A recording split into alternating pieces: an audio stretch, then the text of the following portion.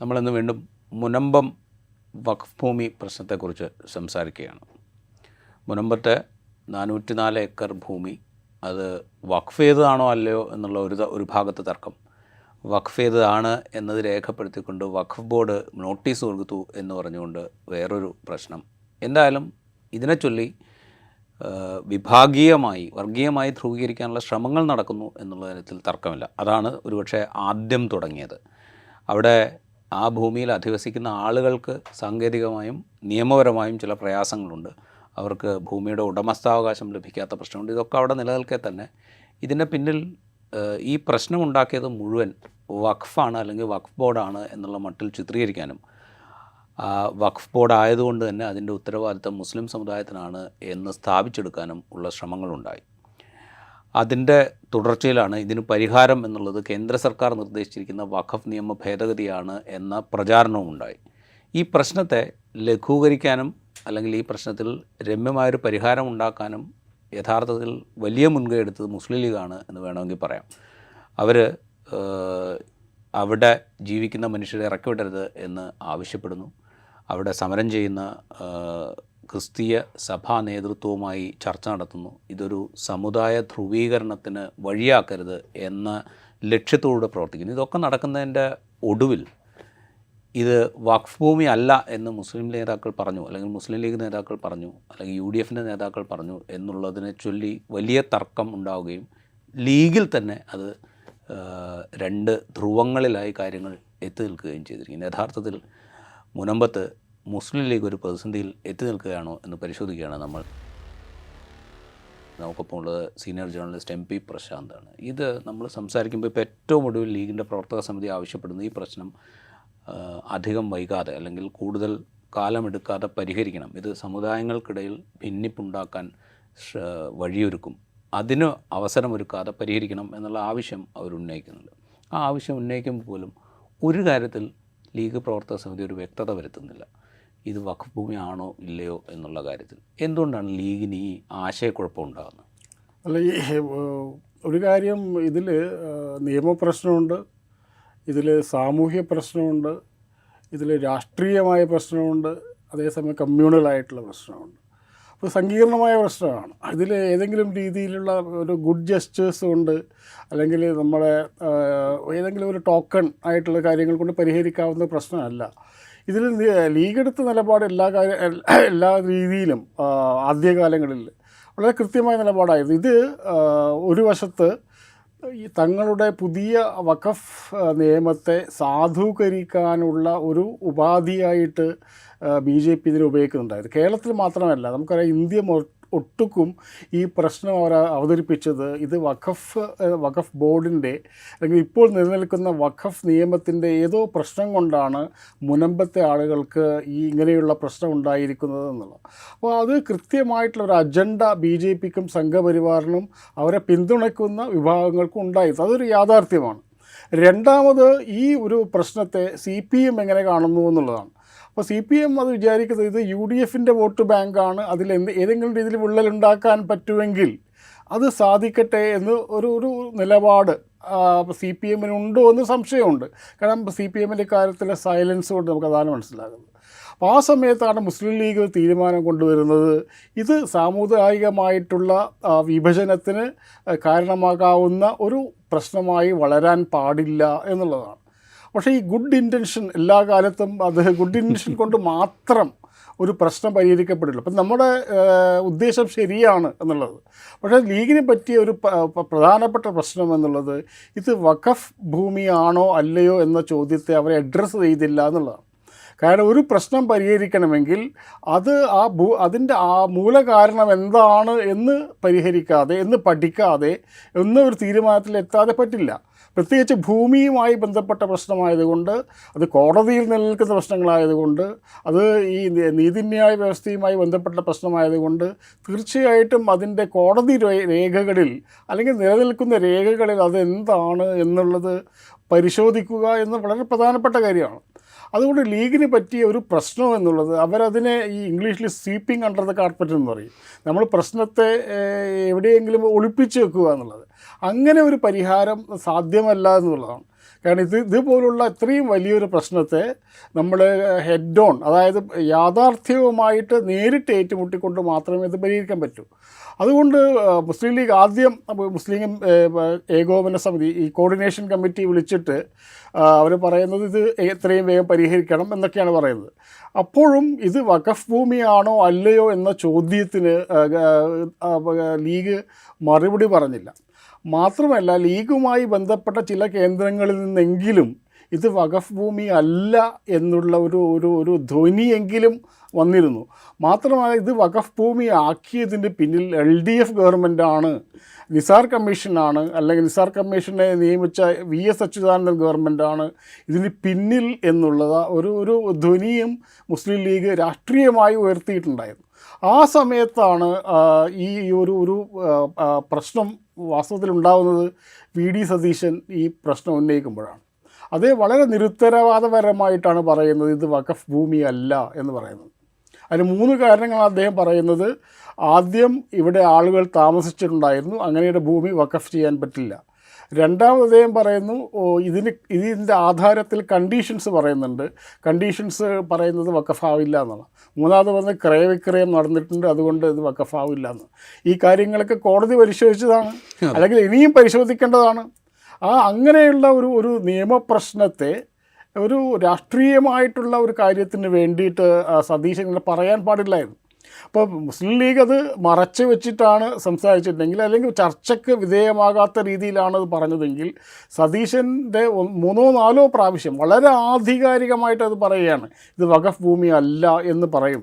അങ്ങനെ പറയുന്ന സമയത്ത് മുസ്ലിം സംഘടനകൾക്കൊരു പ്രശ്നമുണ്ട്. അവർക്ക് അതിന് മതപരമായൊരു പ്രശ്നമുണ്ടല്ലോ, ഇതൊരു വിശ്വാസവുമായി ബന്ധപ്പെട്ട പ്രശ്നമാണ്. അപ്പോൾ അതിൽ ഇങ്ങനെ നിരുത്തരവാദപരമായി പറയുമ്പോൾ അതിന് മറുപടി പറയേണ്ടി വരുന്നു. അങ്ങനെയാണ് ഈ പ്രശ്നം. ഈ വഖഫ് സംരക്ഷണ സമിതി ആദ്യം പറയുന്നു ഇത് വഖഫ് ഭൂമി തന്നെയാണ് എന്ന് പറയുന്നു. പിന്നീട് മുക്കം ഓവർ ഫൈസി പറയുന്നു. പിന്നെ ഇങ്ങനെ പറഞ്ഞിട്ടാണ് ഷാജിയിലും പിന്നെ അത് ET മുഹമ്മദ് ബഷീറിലും എത്തി നിൽക്കുന്നത്. അപ്പോൾ അത് ഒരു വിഷയത്തെ അതിൻ്റെ ഗൗരവത്തോടു കൂടി കാണാതെ നമ്മുടെ ഒരു എന്താ പറയുക, മറ്റു പ്രശ്നങ്ങൾ പരിഹരിക്കുന്നത് പോലെ ഇതും പരിഹരിച്ച് കളയാം എന്നുള്ള ഒരു തെറ്റിദ്ധാരണ ലീഗിലുണ്ടായിരുന്നു. അതുകൊണ്ടാണ് അന്ന് കുഞ്ഞാലിക്കുട്ടി പറഞ്ഞത് ഈ പ്രശ്നം ഗവൺമെൻറ് പരിഹരിക്കുന്നില്ലെങ്കിൽ പാണക്കാട് തങ്ങൾ മുൻകൈ എടുത്തിട്ട് പരിഹരിക്കുന്നു. അങ്ങനെ പാണക്കാട് തങ്ങൾക്ക് പരിഹരിക്കാവുന്ന ഒരു പ്രശ്നമല്ല ഇത്. അതിനു വേണ്ടി അന്തരീക്ഷം ഉണ്ടാക്കാൻ പറ്റും. ഒരുപക്ഷെ ഒരു പറയുമ്പോൾ കാര്യം ചോദിച്ചാൽ, ലീഗ് പൊതുവിൽ ഇത് പരിഹരിക്കാൻ പാകത്തിനുള്ളൊരു അന്തരീക്ഷം ഉണ്ടാക്കാനാണോ ശ്രമിച്ചത്? ഇത് വഖഫാണോ അല്ലയോ എന്നുള്ള കാര്യത്തിൽ ഒരു കൃത്യമായ ഉത്തരം പറയാതിരിക്കുക, അതിനൊപ്പം ഈ കൃത്യമായ ഉത്തരവില്ലാതിരിക്കുകയും ഇതിൻ്റെ സാമുദായികമായി ഇതിന് കളറ് കൊടുക്കാൻ ശ്രമിക്കുന്ന ആളുകളുമായിട്ട് നേരിട്ട് സംസാരിക്കാൻ ശ്രമിക്കുകയും ക്രിസ്തീയ സഭാ നേതൃത്വമായിട്ട് സംസാരിക്കാൻ ശ്രമിക്കുക. അപ്പോൾ ഇതൊരു പരിഹാരത്തിനുള്ളൊരു അന്തരീക്ഷം ഉണ്ടാക്കാനാണോ ലീഗ് സത്യത്തിൽ ശ്രമിച്ചത്? ആ അന്തരീക്ഷം ഉണ്ടാക്കാൻ ശ്രമിച്ചെങ്കിൽ അതിന് നമ്മൾ പോസിറ്റീവായി കാണണ്ടേ? ആ അന്തരീക്ഷത്തെ ഇല്ലാതാക്കിയത് സത്യം പറഞ്ഞു കഴിഞ്ഞാൽ ഈ വളരെ അഡമൻ്റായിട്ട് ഇത് വഖഫല്ല എന്നുള്ള മട്ടിലൊക്കെ പ്രതിപക്ഷ നേതാവ് നടത്തിയ പ്രസ്താവനകളാണ്. ഒന്ന് ഈ ഒരു അന്തരീക്ഷം സൃഷ്ടിക്കുക എന്നുള്ള പ്രധാനം തന്നെയാണ്. പക്ഷേ അതേസമയം തന്നെ ഈ ഭൂമി വഖഫായത് LDFൻ്റെ കാലത്താണ്, അല്ലെങ്കിൽ നിസാർ കമ്മീഷനാണ് ഈ പ്രശ്നത്തിൻ്റെ എല്ലാം കാരണം എന്ന് പറയുന്നത് പിന്നിൽ ഒരു രാഷ്ട്രീയമുണ്ടല്ലോ. അപ്പോൾ മുസ്ലിം ലീഗിൻ്റെ മുസ്ലിം ലീഗിനെ വിമർശിക്കുന്നവർ പറയുന്നത് വാസ്തവത്തിൽ ഇതിൽ കയ്യേറ്റം നടത്തിയവർ, ഇതിൽ വിറ്റ ആളുകൾ, അവരുടെ താല്പര്യങ്ങൾ കൂടി കണക്കിലെടുത്തിട്ടാണ്. അത് ലീഗിൻ്റേത് പൂർണ്ണമായിട്ടും നിഷ്കളങ്കമായിട്ടുള്ള ഒരു പ്രശ്നമല്ല എന്ന് വാദിക്കുന്നവരുണ്ട്. അത് ഒരുപക്ഷെ ലീഗിൻ്റെ ശത്രുക്കൾ പറയുന്ന കാര്യമായിരിക്കാം. പക്ഷേ ലീഗിൻ്റെ ഗുഡ് ഇൻറ്റൻഷൻ, ശരിയായ ഉദ്ദേശമാണെങ്കിൽ പോലും അതിനെ നേരിടേണ്ട ഒരു രീതി ഉണ്ടായിരുന്നു. അത് അവസാനം ലീഗിനെ എത്തിച്ചത് ഇത് വഖഫ് ഭൂമിയാണ് എന്ന് വഖഫ് ഭൂമി അല്ല എന്ന് ഞങ്ങൾ പറഞ്ഞിട്ടില്ല എന്ന് പറയുന്ന ഒരു പ്രതിസന്ധി ഘട്ടത്തിലാണ് എത്തിയത്. ഇത് ആദ്യമേ പറയാമായിരുന്നു. ഇതിൽ പറഞ്ഞ ആളുകൾ ആരും തന്നെ ഈ ഭൂമിയിൽ ഇപ്പോൾ ജീവിക്കുന്ന ആളുകളിൽ നിന്ന് ഈ ഭൂമി വാങ്ങി അവിടെ ജീവിക്കുന്ന ആളുകളിൽ നിന്ന് അവരെ ഒഴിപ്പിക്കണമെന്ന് പറഞ്ഞിട്ടില്ല. ആരും പറയുന്നില്ല. പക്ഷേ ഇവർ പറയുന്നത് പറഞ്ഞാൽ ആദ്യം ഇതിൻ്റെ വഖഫ് ഭൂമിയാണ് എന്ന യാഥാർത്ഥ്യം അംഗീകരിച്ചുകൊണ്ട് മാത്രമേ ഏതെങ്കിലും രീതിയിലുള്ള സൊല്യൂഷൻ സാധ്യമാകുന്നു എന്നുള്ള ഇത് കുറച്ച് യാഥാർത്ഥ്യബോധത്തിലുള്ള സമീപനമാണെന്ന് തോന്നുന്നു. അവിടെ ഞാനൊരു കാര്യം ചോദിക്കട്ടെ, ഈ യാഥാർത്ഥ്യത്തെ നമ്മൾ അംഗീകരിക്കുന്നു എന്ന് വയ്ക്കുക, അവിടെ ഇപ്പോൾ ഇത് വഖഫാണോ അല്ലയോ എന്ന് പറയാതിരിക്കുന്ന ലീഗ് നേതാക്കൾക്ക് ചില ന്യായങ്ങളുണ്ടാവാം. കാരണം വെച്ചാൽ ഇത് വഖഫാണ് എന്ന് പറഞ്ഞു കഴിഞ്ഞാൽ വഖഫ് ഭൂമി പിന്നെ കൈമാറ്റം ചെയ്യാൻ പറ്റില്ല, അത് വഖഫ് ബോർഡ് ഏറ്റെടുക്കേണ്ടതാണ്. വഖഫ് ഭൂമി അനധികൃതമായി കൈവശം വെച്ചവർക്കെതിരെ കേസെടുക്കാൻ നിലവിൽ നിയമമുണ്ട്. ഇങ്ങനെ പലതരത്തിലുള്ള ലീഗൽ കോംപ്ലിക്കേഷൻസ് ഉണ്ട്. അപ്പോൾ ഇത് വഖഫാണോ അല്ലയോ എന്ന് പറയാതെ സമുദായങ്ങൾക്കിടയിൽ സ്പർദ്ധ വളരുന്ന അന്തരീക്ഷം ഒഴിവാക്കിക്കൊണ്ട് ഇതിനെ സെറ്റിൽ ചെയ്യുക എന്നുള്ളൊരു ഗുഡ് ഇൻറ്റൻഷൻ എന്ന് നമുക്ക് അതുകൊണ്ട് സെറ്റിൽ ചെയ്യാൻ പറ്റില്ല എന്ന് ഇപ്പോൾ വഖഫ് അല്ല എന്ന് പറയുന്നത് വെച്ചോ, എന്നിട്ടൊരു സെറ്റിൽമെൻറ്റ് പോകുന്നു, ഒരാൾ കേസ് കൊടുക്കുകയാണ് ഇത് വഖഫാണ് എന്ന് പറഞ്ഞാലോ, രേഖകൾ പ്രകാരം വഖഫാണല്ലോ, അപ്പോൾ ഈ സെറ്റിൽമെൻറ്റൊക്കെ പൊളിയില്ലേ? അപ്പോൾ യാഥാർത്ഥ്യബോധത്തോടു കൂടി അതിപ്പോൾ നമ്മൾ പറയുന്ന രീതിയിലുള്ള സാമൂഹികമായ എല്ലാ പ്രശ്നങ്ങളും അതിലുണ്ട്, അത് തള്ളിക്കളഞ്ഞുകൊണ്ടല്ല പറയുന്നത്, മറിച്ച് ഇതിൻ്റെ യാഥാർത്ഥ്യത്തെ യാഥാർത്ഥ്യമായി കണ്ടുകൊണ്ടുള്ള ഒരു പരിഹാരം അത് സമയമെടുക്കും. അപ്പോൾ സമയമെടുക്കുമെന്ന് പറഞ്ഞു കഴിഞ്ഞാൽ ഇതിലിപ്പം ഒരു ജുഡീഷ്യൽ കമ്മീഷനെ വെച്ചിട്ടുണ്ടല്ലോ, ജുഡീഷ്യൽ കമ്മീഷൻ്റെ അഭിപ്രായം എന്താണ് എന്ന് പറയാം, എന്ന് നോക്കാം, അതിലെ ഭൂമി അളക്കാം, എത്ര ഭൂമി ബാക്കിയുണ്ട് എന്ന് നോക്കാം, അതിലെ ഈ പണം കൊടുത്ത് വാങ്ങിയ ആളുകൾ ആരാണ്, കയ്യേറ്റക്കാരാണ് ആരാണ് എന്നൊക്കെ തിരിച്ചറിയാം. അങ്ങനെ ഈ നിസാർ കമ്മീഷൻ അദ്ദേഹം MA നിസാർ അദ്ദേഹം പറഞ്ഞ ഒരു പരിഹാരമുണ്ട്. അതായത് ഒരു 20 ഏക്കർ ഭൂമി അത് ഗവൺമെൻറ്റിന് ഏറ്റെടുക്കാവുന്നതാണ്. അപ്പോൾ വഖഫ് നിയമത്തിലെ ഇപ്പോഴത്തെ വഖഫ് നിയമത്തിലെ 91-ാം വകുപ്പ് പ്രകാരം വഖഫ് ഭൂമി ഗവൺമെൻറ് ഏറ്റെടുക്കാം. ലാൻഡ് എക്വിസിഷൻ ആക്ട് പ്രകാരം ഗവൺമെൻറ് ഏറ്റെടുക്കാം. അങ്ങനെ ഏറ്റെടുത്ത ഭൂമി ലാൻഡ് അസൈൻമെൻറ്റ് ആക്ട് പ്രകാരം ഈ ആളുകൾക്ക്, ഭൂമി വാങ്ങിയ ആളുകൾക്ക് വിതരണം ചെയ്യാം. അങ്ങനെ ചെയ്യുമ്പോൾ ഒരു പ്രശ്നം എന്ന് പറഞ്ഞാൽ ഇതിൻ്റെ കോമ്പൻസേഷൻ ഉണ്ടല്ലോ, ഈ കോമ്പൻസേഷൻ ആരിൽ നിന്ന് വാങ്ങും? ഇത് വിറ്റ ആളിൽ നിന്ന് വാങ്ങേണ്ടി വരും. അപ്പോൾ ഫറൂഖ് കോളേജ് മാനേജ്മെൻറ്റ് അതിൽ പ്രതിയായിട്ട് വരും. അപ്പോൾ ആ ഫറൂഖ് കോളേജ് മാനേജ്മെൻറ്റിനെ രക്ഷിച്ചുകൊണ്ട് ഒരു പ്രപ്പോസലാണ് ലീഗ് ഇത്രയും കാലം ചെയ്തുകൊണ്ടിരിക്കുന്നത് എന്ന് ന്യായമായി സംശയിക്കാം. പക്ഷേ ഇപ്പോഴെത്തി നിൽക്കുന്നത് അതിൽ നിന്നൊക്കെ മറഞ്ഞു പോവുകയും ഇത് വഖഫ് ഭൂമിയാണ് എന്ന് ലീഗ് നേതാക്കന്മാർ പറയുന്നു. ഇതുകൊണ്ടുണ്ടാകുന്ന വലിയൊരു പ്രശ്നം ലീഗിൻ്റെ ക്രെഡിബിലിറ്റിയെ തന്നെ ചോദ്യം ചെയ്യുന്ന അവസ്ഥയിലേക്ക് വരുന്നു. അതായത് ഇത് വഖഫ് ഭൂമിയാണെന്ന് ഞങ്ങൾക്കറിയാമായിരുന്നു, ഇത് മറച്ചു വെച്ചുകൊണ്ടാണ്, ലീഗിന് തന്നെ അറിയാമായിരുന്നു, ലീഗ് നേതാക്കന്മാർക്ക് അറിയാമായിരുന്നു, അവർ മറച്ചു വെച്ചുകൊണ്ടാണ് അല്ലെങ്കിൽ ഇത്തരത്തിലുള്ള ഒരു സൊല്യൂഷൻ കണ്ടെത്താൻ ശ്രമിച്ചത് എന്ന ഒരു ധാരണ മറുപക്ഷത്ത് ഉണ്ടാകാൻ ലീഗിനെ സംശയത്തോട് കാണാൻ ഉള്ള ഒരു അവസരമാണ് വാസ്തവത്തിൽ ഇതുകൊണ്ടുണ്ടായിട്ടുള്ളത്. ഇത് പറയുമ്പോഴേ ഇപ്പോൾ ലീഗ് ലീഡർഷിപ്പ് ഇത് ആലോചിച്ചിട്ടാണ്, അതായത് അവർ പറയുന്നത് വിവിധ മുസ്ലിം സംഘടനകളുമായിട്ട് ഞങ്ങൾ കൂടിയാലോചിച്ചു, അതിനുശേഷമാണ് ഇക്കാര്യത്തിൽ ഒരു നിലപാടെടുത്തത്. അത് വഖഫാണോ അല്ലയോ എന്ന് പ്രത്യക്ഷത്തിൽ പറയാതെ ഇത് അവിടെ ഇങ്ങനെ ഭൂമി വാങ്ങി ജീവിക്കുന്ന, ചെറിയ 3-4 സെൻറ്റൊക്കെ വാങ്ങി അവിടെ വീട് വെച്ച് കുറേ കാലമായി ജീവിക്കുന്ന, ചിലപ്പോൾ 10-30 വർഷമായിട്ട് അവിടെ ജീവിക്കുന്ന മനുഷ്യന്മാരെ അവിടെ നിന്ന് കുടിയിറക്കാൻ പാടില്ല, അതിന് പാകത്തിനുള്ളൊരു സെറ്റിൽമെൻറ്റിലേക്ക് എത്തണം എന്നുള്ളൊരു നിലപാടെടുത്തത് വിവിധ മുസ്ലിം സംഘടനകളുമായിട്ട് ആലോചിച്ചിട്ടാണ്, ലീഗ് നേതൃത്വം തന്നെ ആലോചിച്ചിട്ടാണ് എന്നാണ് നമുക്ക് മനസ്സിലാവുന്നത്. ആദ്യത്തെ പ്രതികരണങ്ങളിൽ നിന്നൊക്കെ നമുക്ക് മനസ്സിലാവുന്നത് അങ്ങനെയാണ്. പിന്നീട് ഇപ്പോൾ KM ഷാജി പറയുന്നു അത് വഖഫാണ്, VD സതീശൻ പറഞ്ഞല്ല ശരി ഇത് വഖഫാണ് എന്ന് KM ഷാജി പറയുന്നു, അതിൻ്റെ തൊട്ടുപുറകെ T മുഹമ്മദ് ബഷീർ അത് കാര്യം ആവർത്തിക്കുന്നു. യഥാർത്ഥ ഡോക്യുമെൻ്റ് അനുസരിച്ചാണെങ്കിൽ അത് വഖഫ് തന്നെയാണ് താനും. അപ്പോൾ ലീഗിൻ്റെ ഉള്ളിലെ അധികാര തർക്കങ്ങളും ഇതിനെ വഷളാക്കിയിട്ടുണ്ടോ? ഒന്ന്, ഈ മുസ്ലിം സംഘടനകളുടെ യോഗത്തിൽ വിളിച്ചു, ആ യോഗത്തിൽ ഒരു സംഘടനയും ഇത് വഖഫ് ഭൂമിയല്ല എന്ന് പറഞ്ഞിട്ടില്ല. പക്ഷെ അങ്ങനെ ഒരു ഇമ്പ്രഷനാണ് പുറത്തു ഉണ്ടായിരുന്നത്. ഇത് വഖഫിൻ്റെ ക്ലെയിം അവരൊക്കെ ഉപേക്ഷിച്ച് കഴിഞ്ഞു. ഫറൂഖ് കോളേജിന് പോലും ആ ക്ലെയിം ഇല്ല. അപ്പോൾ സതീശൻ അതാണ് പറയുന്നത്, ഫറൂഖ് കോളേജിന് പോലും ആ ക്ലെയിം ഇല്ല. അപ്പോൾ അതുകൊണ്ട് പൊതുസമൂഹം ധരിച്ചത് മുസ്ലിം സംഘടനകൾക്കൊന്നും ഇത് വഖഫ് ഭൂമിയാണ് എന്നുള്ള ക്ലെയിം ഇല്ല എന്നുള്ളത്. വാസ്തവത്തിൽ ക്ലെയിം ഇല്ലാത്ത ഫറൂഖ് കോളേജിന് മാത്രമാണ്. ഫറൂഖ് കോളേജാണ് ഇതിനെ ഏറ്റെടുത്തതിനെതിരെ വഖഫ് ട്രിബ്യൂണലിലേക്ക് പോയിട്ടുണ്ട്. ഇപ്പോൾ നമുക്കറിയാമല്ലോ, ട്രിബ്യൂണലിലേക്ക് പോയിട്ടുണ്ട്. അപ്പോൾ ഫറൂഖ് കോളേജിന് മാത്രമുള്ള ഒരു അഭിപ്രായമാണ് ഇത് വഖഫ് ഭൂമി അല്ല എന്നുള്ളത്. ഒരു മുസ്ലിം സംഘടനകൾക്കും അങ്ങനെ ഒരു അഭിപ്രായം ഉണ്ടായിട്ടില്ല. ആ മീറ്റിങ്ങിൽ പങ്കെടുത്ത ഒരു സംഘടനയും ഇത് വഖഫ് ഭൂമി അല്ല എന്ന് പറഞ്ഞിട്ടില്ല എന്നാണ് ഞാൻ മനസ്സിലാക്കുന്നത്. പിന്നെ ഇത് എല്ലാ ദിവസവും ഇത് വഖഫ് ഭൂമി അല്ല എന്ന് ഇങ്ങനെ സതീശൻ പറഞ്ഞുകൊണ്ടേയിരിക്കുമ്പോൾ തീർച്ചയായും ഇപ്പുറത്ത് പറയേണ്ടി വരും. ഈ പറയുന്നതിൽ ഈ ഓരോ സംഘടനകളായിട്ട് പറയുന്നതിൽ പിന്നെ രാഷ്ട്രീയം ഉണ്ടാവും. അതായത് ലീഗിനെ പ്രതിസന്ധിയിലാക്കുക എന്ന ഉദ്ദേശത്തോടു കൂടി പറയുന്ന ആളുകളുണ്ടാവും. അപ്പോൾ ഉമർ ഫൈസി പറഞ്ഞതിന് പിന്നീട് രാഷ്ട്രീയം ഉണ്ടാവാം. അത് ലീഗിനെ ഒരു പ്രതിസന്ധിയിലാക്കുക എന്ന ഉദ്ദേശം കൊണ്ടായിരിക്കാം. ഷാജി പറഞ്ഞതിനുള്ള രാഷ്ട്രീയം ഉണ്ടാവാം, ET പറഞ്ഞതിനുള്ള രാഷ്ട്രീയം ഉണ്ട്. അപ്പോൾ ഇവരുടെ ഒക്കെ ഒരു ഈ ഇക്വേഷൻ, ഈ പാർട്ടിക്കുള്ളിലെ ഇക്വേഷൻ എന്നുള്ളത്, ഇപ്പോൾ കാന്തപുരം വിഭാഗം അത് പറയുന്നതിൽ ഒരു രാഷ്ട്രീയം ഉണ്ടാവും. ഞാൻ പറയുന്നത് ഇമ്മീഡിയറ്റ് പൊളിറ്റിക്സ് ഉണ്ടാവാം അതിൻ്റെ പിന്നിൽ. പക്ഷേ ലീഗിന് പറ്റിയ ആദ്യത്തെ ഒരു പിഴവ് എന്നുള്ളത് ഇത് മറച്ചു വെച്ചുകൊണ്ട് ഏതെങ്കിലും രീതിയിലുള്ള പരിഹാരം ഉണ്ടാക്കി കളയാം എന്ന ഒരു തെറ്റിദ്ധാരണ ലീഗിന് വന്നതുകൊണ്ടാണ് ഇപ്പോഴത്തേക്ക് വരുന്നത്. ഇപ്പോഴും ആവശ്യപ്പെടുന്നത് എത്രയും വേഗം പരിഹരിക്കുക എന്നുള്ളതാണ്. നേരത്തെ പറഞ്ഞത് ഈ പ്രശ്നങ്ങളൊക്കെ ഉണ്ടാക്കിയത് അച്യുതാനന്ദൻ ഗവൺമെൻറ്റാണ്, നിസാർ കമ്മീഷനാണ് ഇത് കണ്ടെത്തിയത്. പക്ഷേ അതിൻ്റെയൊക്കെ മുമ്പ് തന്നെ ഇത് വഖഫ് ഭൂമിയാണെന്ന് കോടതികൾ കണ്ടെത്തിയിട്ടുണ്ടായിരുന്നു. പക്ഷേ ലീഗിൻ്റെ ഭാഗത്തുനിന്നും അങ്ങനെ ഒരു നീക്കമുണ്ടായി. ഇത് LDF ഗവൺമെൻറ്റിൻ്റെ ഏതോ ഒരു പദ്ധതിയാണ് ഇത് വഖഫ് ആക്കി വെക്കുന്നത് എന്നുള്ളത്. അപ്പോൾ ഇതിൻ്റെ ഏറ്റവും വലിയ പ്രശ്നം എന്ന് പറഞ്ഞാൽ ലീഗിൻ്റെ ക്രെഡിബിലിറ്റി പ്രശ്നമുണ്ട്.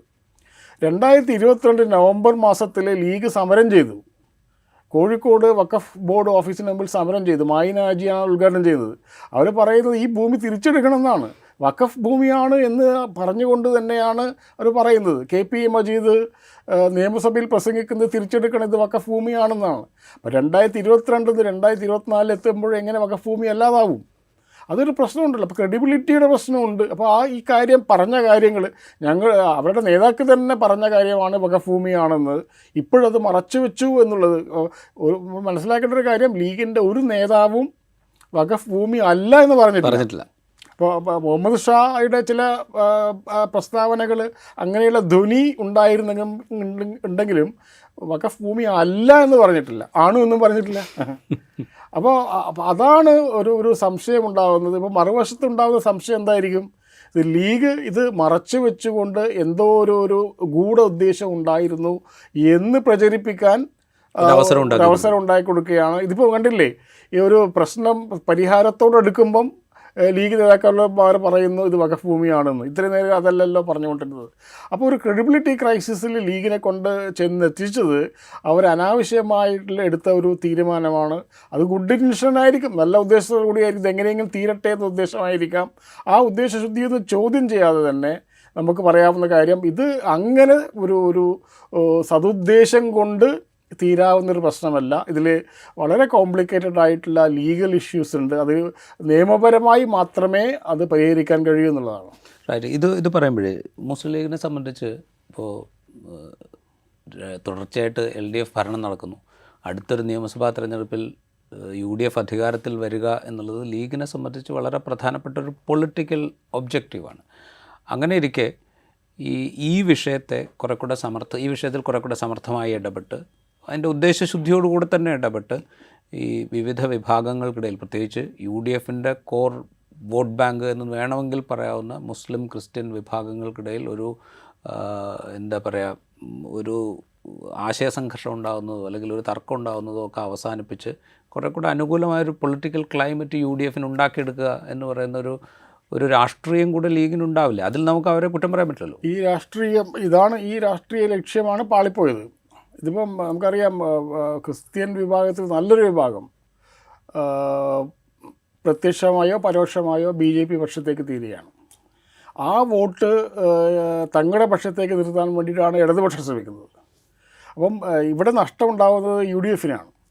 UDFന് വരുന്ന ഈ നഷ്ടം ഒഴിവാക്കുക എന്ന ഉദ്ദേശത്തോടുകൂടിയാണ് സതീശൻ ഇടപെടുന്നത്. അപ്പോൾ സതീശനെ സംബന്ധിച്ചിടത്തോളം അത് പറവൂർ ആ ഏരിയ എന്നുള്ളത്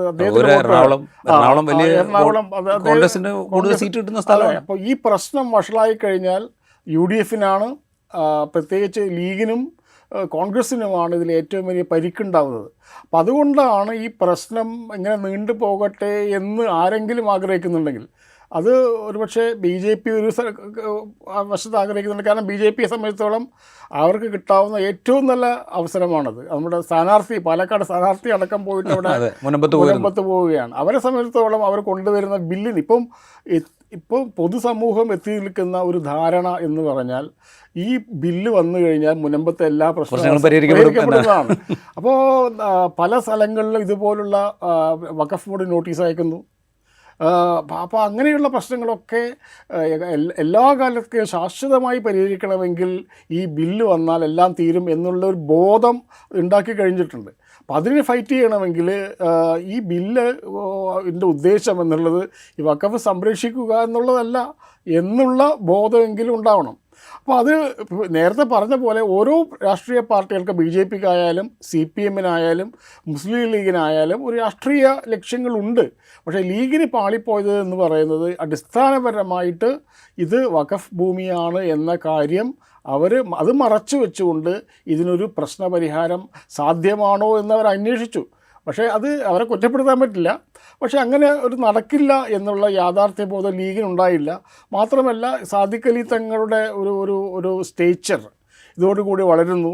അദ്ദേഹം കുഞ്ഞാലിക്കുട്ടി തന്നെ അദ്ദേഹം റോമിൽ പോയി മാർപ്പാപ്പയെ കൊണ്ട് ചർച്ച നടത്തുന്നു. അങ്ങനെ ഒരു വലിയ പൊതു സ്വീകാര്യതയുള്ള നേതാവായിട്ട് സാദിഖ് അലി തങ്ങളെ വളർന്നു വരും ഈ പ്രശ്നം പരിഹരിച്ചു കഴിഞ്ഞാൽ. അങ്ങനെ ഒരു സ്വീകാര്യത തങ്ങൾക്കുണ്ടാകുന്ന ഒരു സ്വീകാര്യത കൂടി പരിഗണിച്ചു കൊണ്ടാണ് ഇങ്ങനെ ഒരു വെഞ്ചറിന് വേണ്ടിയിട്ട് ഒരു പരിശ്രമം ലീഗ് നടത്തിയത്. ഒരു പക്ഷേ അതിനെ തകർക്കുക എന്നുള്ള ഉദ്ദേശത്തോടു കൂടി തന്നെ ആയിരിക്കാം ഇപ്പുറത്തുനിന്ന് ആളുകൾ അത് അങ്ങനെ വേണ്ട എന്നുള്ള ഒരു തീരുമാനത്തിലെങ്കിലും എത്തിയിട്ടുണ്ടാവുക. ഞാൻ അവസാനമായിട്ടൊരു കാര്യം ചോദിക്കും. നേരത്തെ പറഞ്ഞല്ലോ ഇപ്പോൾ വഖഫ് ബോർഡിൻ്റെ നോട്ടീസ്, ഇപ്പോൾ മുനമ്പത്ത് വഖഫ് ബോർഡ് 600-ലധികം കുടുംബങ്ങൾക്ക് നോട്ടീസ് അയച്ചിരിക്കുന്നു എന്ന വ്യാജം പ്രചരിപ്പിക്കപ്പെടുന്നു. ആകെ 15 പേർക്ക് നോട്ടീസ് അയച്ചിട്ടുള്ളൂ. അത് തന്നെ അവിടെ താമസിക്കുന്ന സാധാരണക്കാരായ മനുഷ്യർക്കല്ല, അവിടുത്തെ റിസോർട്ടുകൾക്കൊക്കെയാണ്. അപ്പോൾ തൊട്ടു പുറകെ വയനാട്ടിൽ നോട്ടീസ് വരുന്നു, ഗുരുവായൂർ നോട്ടീസ് വരുന്നു എന്നൊക്കെ പറഞ്ഞ് വലിയ വാർത്തകൾ വരുന്നുണ്ട്. ഈ വാർത്തകൾക്കൊക്കെ വേറൊരു നിലയ്ക്കുള്ളൊരു പ്രൊപ്പഗാൻഡ സ്വഭാവമില്ല. അതായത് നേരത്തെ കേന്ദ്ര സർക്കാർ പറയുന്ന പോലെ ഡിഫൻസും അതുപോലെ റെയിൽവേയും കഴിഞ്ഞാൽ ഈ ഇന്ത്യയിലെ ഏറ്റവും വലിയ ലാൻഡ് ഓണർ എന്ന് പറയുന്നത് വഖഫ് ബോർഡാണ്. ഇവിടെയും അങ്ങനെ തന്നെയാണ്. അതും മതിയാകാതെ വഖഫ് ബോർഡ് ഇങ്ങനെ നോട്ടീസ് അയച്ച് ഭൂമി ഇങ്ങനെ ഏറ്റെടുത്തുകൊണ്ടിരിക്കുകയാണ് എന്നൊക്കെയുള്ള തരത്തിലുള്ള വ്യാഖ്യാനങ്ങൾക്ക് സാധ്യത നൽകുന്ന വിധത്തിലുള്ള വാർത്തകളെല്ലാം നമ്മൾ കണ്ടുകൊണ്ടിരിക്കുന്നത്. വഖഫ് ബോർഡിന് അവരുടെ സ്വത്താണ് അല്ലെങ്കിൽ വഖഫ് ചെയ്ത ഭൂമിയാണ് എന്നത് സംബന്ധിച്ച് എന്തെങ്കിലും രേഖ കിട്ടിയാൽ അവർ നോട്ടീസ് കൊടുക്കുക എന്നുള്ളത് സ്വാഭാവികമായൊരു നിയമപ്രക്രിയയുടെ ഭാഗമല്ലേ. അതിൽ മതമോ സമുദായമോ ഒന്നും ഒരു ഘടകമല്ലല്ലോ. അല്ല, ഇത് നേരത്തെ പറഞ്ഞ പോലെ ഈ 2 വിഭാഗങ്ങൾ കഴിഞ്ഞാൽ ഏറ്റവും വലുത് വഖഫാണെന്ന് പറയുന്നത് അത് സാങ്കേതികമായിട്ടും തെറ്റാണ്. കാരണം വഖഫ് ബോർഡിന് ഒരു ഭൂമിയില്ല, എല്ലാം മുതലുള്ള ഭൂമിയാണ്. അപ്പോൾ വഖഫ് ബോർഡിൻ്റെതായിട്ടുള്ളൊരു സ്വത്തില്ല. അപ്പോൾ ഈ ഡിഫൻസ് കഴിഞ്ഞാൽ റെയിൽവേ കഴിഞ്ഞാൽ ഏറ്റവും വലിയ ഓണർ വഖഫാണെന്ന് പറഞ്ഞാൽ അങ്ങനെ ഒരു ഭൂമി ഇല്ലല്ലോ.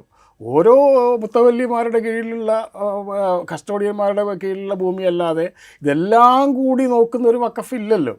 പിന്നെ ഒരു പ്രോപ്പഗാൻഡ എന്ന് പറയുന്നത് അങ്ങനെ മെഷീനറി ചലിച്ചുകൊണ്ടേയിരിക്കുന്നുണ്ടല്ലോ. ആ സമയത്താണ് ഈ ഇഷ്യൂ വരുന്നത്, മുനമ്പത്തെ ഇഷ്യൂ വരുന്നത്. മാത്രമല്ല ഇതിന് മുമ്പും എത്രയോ നോട്ടീസ് പോയിട്ടുണ്ട്. അതെ, നോട്ടീസ് പോയിട്ട് എന്തിനാണ് പറയുന്നത്? നിങ്ങളുടെ രേഖകൾ ഹാജരാക്കാനാണ് പറയുന്നത്. നിങ്ങളുടെ കയ്യിലുള്ള രേഖകൾ ഹാജരാക്കുക, ഇത് വഖഫാണ്, ഭൂമിയാണ് എന്നൊരു റെപ്രസെൻറ്റേഷൻ കിട്ടിയിട്ടുണ്ട്, നിങ്ങളുടെ കയ്യിലെ രേഖകൾ ഹാജരാക്കുക. ഇപ്പോൾ സംഭവിക്കുന്നത് ഇപ്പം കോഴിക്കോട് MM അലി റോഡിൽ നടക്കുന്ന സംഭവം അവർക്ക് 3 മാസം മുമ്പ് ജൂണിൽ നോട്ടീസ് കിട്ടിയതാണ്. ഇപ്പോഴാണ് അവർക്ക് ബോധം വരുന്നത് ഇത് എന്തോ ഒരു പ്രശ്നം ഇതിലുണ്ടെന്നുള്ളത്. അപ്പോൾ ഈ ഒരു കലങ്ങിയ അന്തരീക്ഷത്തിൽ ഇത് കാര്യമായി മുതലെടുക്കുക എന്നുള്ളത് ഇപ്പം റിസോർട്ടുകൾക്ക്, മുനമ്പത്തുള്ള റിസോർട്ടുകൾക്ക് നല്ലൊരു ഓപ്പർച്യൂണിറ്റിയാണല്ലോ. കാരണം അവിടെ ഈ പ്രശ്നങ്ങളുടെ പേരിൽ അവർ രക്ഷപ്പെട്ടു പോകുന്നുണ്ട്. അപ്പോൾ ഇത് യഥാർത്ഥത്തിലുള്ളൊരു പ്രശ്നം ഇത് ഏറ്റവും അനുകൂലമായിട്ടുള്ളത് BJPക്കാണ്. ഇപ്പോൾ എല്ലാം BJPക്ക് അനുകൂലമായിട്ടാണല്ലോ വരുന്നത്. അപ്പോൾ ഈ ഒരു കാര്യം നിലനിൽക്കുന്ന സമയത്താണ് നമ്മുടെ ഈ ഒരു നിയമത്തെ മറികടന്നുകൊണ്ടുള്ള ഒരു പ്രശ്ന പരിഹാരത്തിന് ശ്രമിച്ചത് കൊണ്ടാണ് ഇതൊരു പക്ഷേ ഇങ്ങനെ ഒരു അവസ്ഥയിലേക്ക് മുസ്ലിം ലീഗിന് എത്തേണ്ടി വന്നത്. അത് ലീഗിൻ്റെ ഒരു പരിമിതിയാണ്. കാരണം ലീഗിന് മറ്റ് സംഘടനകൾ എടുക്കുന്ന പോലെ വളരെ അഗ്രസീവായിട്ടുള്ള സ്റ്റാൻഡ് എടുക്കാൻ പറ്റില്ല. അങ്ങനെ ഒരു പാരമ്പര്യം ലീഗിനില്ല, നമുക്കറിയാം. പക്ഷേ ഇത് യാഥാർത്ഥ്യത്തെ മറച്ചു വെച്ചുകൊണ്ട് പ്രശ്നപരിഹാരത്തിൽ നടക്കുക എന്നുള്ളത് ഏതാണ്ട് അപ്രായോഗികമായ കാര്യമാണ്. അതുകൊണ്ട് സാദിഖ് അലി തങ്ങൾ പറഞ്ഞത് ഇനി ആരും മിണ്ടണ്ടെന്ന്. ഞാൻ വേറൊരു കാര്യം കൂടി ചോദിക്കട്ടെ. ഇപ്പോൾ ഇത് വഖഫാണ് എന്ന് അംഗീകരിച്ചുകൊണ്ട് വിട്ടുകൊടുക്കുക എന്ന് പറഞ്ഞു കഴിഞ്ഞാൽ ഇതര വഖഫ് ഭൂമികളുടെ കാര്യത്തിലും ഇതുപോലെ ഒരു വിട്ടുകൊടുക്കലിനുള്ളൊരു സാധ്യത നിലനിൽക്കുന്നുണ്ട് എന്നുള്ളൊരു പ്രശ്നമില്ലേ സത്യത്തിൽ? അതാണല്ലോ സാദിഖലി തങ്ങൾ പറഞ്ഞത്, ബാബരി മസ്ജിദ് വഖഫ് ഭൂമിയായിരുന്നു, അത് നമ്മൾ കോടതി വിധിപ്രകാരം വിട്ടുകൊടുത്തില്ലേ എന്നാണ് അദ്ദേഹം അന്ന് ചോദിച്ചത്. അപ്പോൾ ഒരു ചോദ്യം വരുന്നത് വഖഫ് ഇങ്ങനെ വിട്ടുകൊടുക്കാൻ പറ്റുമോ എന്നുള്ള, ഒരു വൺസ് വഖഫ് ഓൾവേസ് വഖഫ് എന്നാണ് പറയുന്നത്. ഇതൊരു മതപരമായ പ്രശ്നമാണ്. അതിന് ഉത്തരം പറയേണ്ടത് മതപണ്ഡിതന്മാരാണ്. എങ്ങനെയാണ് വഖഫ് ഭൂമി മറ്റു ക്ലെയിമുകൾ വന്നാൽ എന്ത് ചെയ്യും, അതിന് പ്രൊസീഡൻസ് ഉണ്ടോ, ഇസ്ലാമിക ഫിഖ് അനുസരിച്ചിട്ട് എന്താണ് ഇതിനുള്ള പ്രതിവിധി? അത് രാഷ്ട്രീയ പ്രശ്നമല്ല, അതൊരു മതപരമായ പ്രശ്നം. എങ്ങനെയാണ് ഭൂമി വിട്ടുകൊടുക്കാൻ പറ്റുക? ഇപ്പോൾ മുനമ്പത്തെ ഭൂമി വഖഫാണല്ലോ, ആണ്. ഇപ്പോൾ അതിൽ നിസാർ ജഡ്ജി പറഞ്ഞൊരു സൊല്യൂഷൻ, അത് ഗവൺമെൻറ് ഏറ്റെടുക്കുക എന്നുള്ള, ഗവൺമെൻറ് എക്വയറിയിട്ട് ഇവർക്ക് കൊടുക്കുക എന്നുള്ളതാണ്. അതൊരു നിയമപരമായ വശമാണ്. മതപരമായിട്ടുള്ള പ്രശ്നം എന്താണ്? ഈ വഖഫ് ചെയ്ത ഭൂമി അന്യാധീനപ്പെട്ടാൽ അതിനുള്ള പരിഹാരം എന്താണ്? അപ്പോൾ ഇപ്പോഴുള്ള വഖഫ് നിയമത്തിൽ അത് ഉണ്ടോയെന്ന് തോന്നുന്നു. അതിന് പകരമായിട്ട് ഭൂമി തത്തുല്യമായിട്ടുള്ളോ അല്ലെങ്കിൽ അതിന് കൂടുതലുള്ള മൂല്യം കൂടുതലുള്ള വേറൊരു പ്രോപ്പർട്ടി വാങ്ങുക, അങ്ങനെ അത് മാനേജ് ചെയ്യാൻ പറ്റുമെന്നുള്ള, അതൊക്കെ മതപണ്ഡിതന്മാർ ഇരുന്ന് സംസാരിക്കേണ്ട ഒരു ഈ കർമ്മശാസ്ത്ര പ്രശ്നമാണ്. അപ്പോൾ അതിൽ എന്താണ് വരുന്നത്, അതാണ് പറഞ്ഞത്. നമുക്ക് പെട്ടെന്ന് ഇതിങ്ങനെ സോൾവ് ചെയ്ത് കളയാം, 5 മിനിറ്റ് കൊണ്ട് സോൾവ് ചെയ്യാൻ പറ്റുന്നൊരു കാര്യമല്ല അത്. സതീശൻ പറഞ്ഞ 10 മിനിറ്റ് കൊണ്ട് സോൾവ് ചെയ്യുന്ന പ്രശ്നമാണ്. അത് അങ്ങനെയല്ലത്, അതിൽ ഒരുപാട് നിയമപ്രശ്നങ്ങൾ ഉണ്ട് എന്നുള്ളതാണ്. പക്ഷേ ഇത് എന്തൊക്കെയാണെങ്കിലും ഈ പറയുന്ന എല്ലാ സങ്കീർണതകളും ഉണ്ടെങ്കിൽ പോലും ഇതിങ്ങനെ നീണ്ടുപോകുക എന്ന് പറയുന്നൊരു പ്രശ്നമുണ്ടല്ലോ. ഇതിലൊരു സൊല്യൂഷൻ വേണമല്ലോ. അവിടെ ജീവിക്കുന്ന കുറേ കാലമായിട്ട് ജീവിച്ചുകൊണ്ടിരിക്കുന്ന മനുഷ്യന്മാർക്ക് അവിടെ തുടർന്ന് ജീവിക്കാനോ അല്ലെങ്കിൽ അവർക്ക് അവരുടേതായ എല്ലാ സൗകര്യങ്ങളോടുകൂടെ വേറെ എവിടെയെങ്കിലും ജീവിക്കാനോ ഒക്കെ ഉള്ള സൗകര്യം വേണമല്ലോ. അപ്പോൾ ഇതിങ്ങനെ നീണ്ടുപോകുക എന്നുള്ളത് ഈ പറയുന്ന വിഭജനം സൃഷ്ടിക്കാൻ ശ്രമിക്കുന്ന, വർഗീയമായി ധ്രുവീകരിക്കാൻ ശ്രമിക്കുന്ന ആളുകൾക്ക് അവസരം കൂടുതൽ കൊടുക്കുക എന്ന് പറയുന്നത് കൊടുക്കുന്നൊരു സംഗതി തന്നെയാണ്. അപ്പോൾ അതിൽ കുറച്ചുകൂടെ വേഗം ഉണ്ടാക്കുക എന്നുള്ളത് സർക്കാരിൻ്റെ ഉത്തരവാദിത്തമല്ലേ? അല്ല, അതിൽ ഒരു പ്രശ്നം എന്ന് പറഞ്ഞാൽ വേഗത്തിൽ നമുക്ക് പരിഹരിക്കണം. ഏതാണ് ഐഡിയൽ? വേഗത്തിൽ പരിഹരിക്കുമ്പോൾ നമുക്കിതൊക്കെ മറികടക്കാൻ പറ്റുമെന്നുള്ളതുണ്ട്. ഈ നിയമപരമായ പ്രശ്നങ്ങൾ മറികടന്നിട്ട് പോയി കഴിഞ്ഞാൽ പിന്നെയും നിയമക്കുരുക്കിലേക്കാണ് പോവുക. അപ്പോൾ നമ്മളിപ്പം നല്ല ഉദ്ദേശത്തോടു കൂടി ഇതൊക്കെ പരിഹരിച്ചു കഴിഞ്ഞാൽ വളരെ പെട്ടെന്ന് പരിഹരിക്കട്ടെ എന്ന് പറയുന്നു. അങ്ങനെ പരിഹരിക്കുമ്പോൾ ചില അപരിഹാര്യമായ ചില പ്രശ്നങ്ങളുണ്ടാവുമല്ലോ, അത് നിയമക്കുരുക്കിലേക്ക് പോകും. അപ്പോൾ അത് ഒഴിവാക്കാനാണ് എനിക്ക് തോന്നുന്നത് ജുഡീഷ്യൽ കമ്മീഷൻ വെക്കുകയും അവിടെ എത്ര ഭൂമിയുണ്ട് എല്ലാ കാര്യങ്ങളും പഠിക്കുകയും എന്നിട്ട് ഒരു പരിഹാരത്തിലേക്ക് പോവുകയും ചെയ്യുക എന്നുള്ളത്. തീർച്ചയായിട്ടും ഇത് പരിഹരിക്കപ്പെടരുതെന്ന് ആഗ്രഹിക്കുന്ന ആളുകളുണ്ട്. അവരെ പേടിച്ചുകൊണ്ട് നമുക്ക് എന്തെങ്കിലും ഒരു തട്ടിക്കൂട്ട് പരിഹാരം ഉണ്ടായിക്കഴിഞ്ഞാൽ അത് സങ്കീർണമാക്കുകയുള്ളൂ. അതുകൊണ്ട് അവർക്ക് കൂടുതൽ അവസരം നൽകുകയും ചെയ്യുള്ളൂ. അതുകൊണ്ട് എനിക്ക് തോന്നുന്നത് 3 മാസമാണ് ഇപ്പം കമ്മീഷന് കൊടുത്തിട്ടുള്ളത്. കമ്മീഷൻ ഓൾറെഡി നോട്ടീസ് അയച്ചിട്ടുണ്ട്, വഖഫ് ബോർഡിന് നോട്ടീസ് അയച്ചിട്ടുണ്ട്, എല്ലാവർക്കും കൃത്യമായ നോട്ടീസ് അയച്ചിട്ട് കൃത്യമായ ഒരു നിയമപ്രശ്നത്തിലേക്ക് പോകാത്ത രീതിയിൽ ഇതെങ്ങനെ പരിഹരിക്കപ്പെടും എന്നുള്ള ഒരു ശ്രമം ഉണ്ടാവും. ഇതിനെ അട്ടിമറിക്കാനുള്ള ശ്രമങ്ങൾ പല ഭാഗത്തു നിന്നും നടക്കും. അതുകൊണ്ട് ഇത് വേഗത്തിലാക്കണം എന്ന് പറയുന്നതിൽ യുക്തിയില്ല എന്നാണ് ഞാൻ കരുതുന്നത്. റൈറ്റ്. എന്തായാലും മുനമ്പത്തെ ഭൂമി പ്രശ്നം, മുനമ്പത്തെ ഈ 400 ഏക്കറിൽ വഖഫ് ഭൂമി ആയിരിക്കെ തന്നെ അത് ക്രയവിക്രയം ചെയ്യപ്പെട്ട് വാങ്ങിയതാണെങ്കിലും അവിടെ കുടിയേറിയതാണെങ്കിലും അവിടെ കയ്യേറിയതാണെങ്കിലും ഒക്കെ താമസിക്കുന്ന മനുഷ്യന്മാരുടെ ജീവിതത്തെ മാത്രമല്ല, ഒരുപക്ഷെ കേരളീയ സമൂഹത്തെ തന്നെ കൂടുതൽ വർഗീയമായി ഭിന്നിപ്പിക്കാനുള്ള ശ്രമങ്ങളിലേക്ക് വഴി തുറന്നിട്ടുണ്ട്. അതെല്ലാവരും മനസ്സിലാക്കുന്നുമുണ്ട്. പക്ഷേ അതിനൊരു പരിഹാരമുണ്ടാവണമെങ്കിൽ കുറെ കൂടെ സമയമെടുത്ത് നിയമപരമായി ഈ പ്രശ്നത്തെ എങ്ങനെ ടാക്കിൾ ചെയ്യാം എന്നുള്ളത് കൂടി ആലോചിച്ചിട്ട് ഒരു തീരുമാനത്തിലെത്തുക എന്നുള്ളതായിരിക്കും അതിനൊരു പരിഹാരം ഉണ്ടാക്കാൻ ഏറ്റവും ഗുണപരമായ കാര്യം. നല്ല ഉദ്ദേശത്തോടു, ഇപ്പോൾ MP പ്രശാന്ത് ഇവിടെ പറഞ്ഞതുപോലെ നല്ല ഉദ്ദേശത്തോടുകൂടി നടത്തുന്ന ചില ശ്രമങ്ങൾ പോലും ചിലപ്പോൾ പാളിപ്പോകാനുള്ള സാധ്യത മുനമ്പത്ത് കാണുന്നുമുണ്ട്. അതിനുപരി ഇതിനെ ചൊല്ലി ഉണ്ടാകുന്ന വ്യാജ പ്രചാരണങ്ങളെ തള്ളിക്കളയാനുള്ളൊരു മനസ്സ് മലയാളിക്കുണ്ടാവുക എന്നുള്ളതും വളരെ പ്രധാനമാണ്. ഇൻസൈറ്റിൻ്റെ എപ്പിസോഡ് ഇവിടെ പൂർണ്ണമാകുന്നു. മറ്റെപ്പിസോഡുമായി വീണ്ടും കാണാം.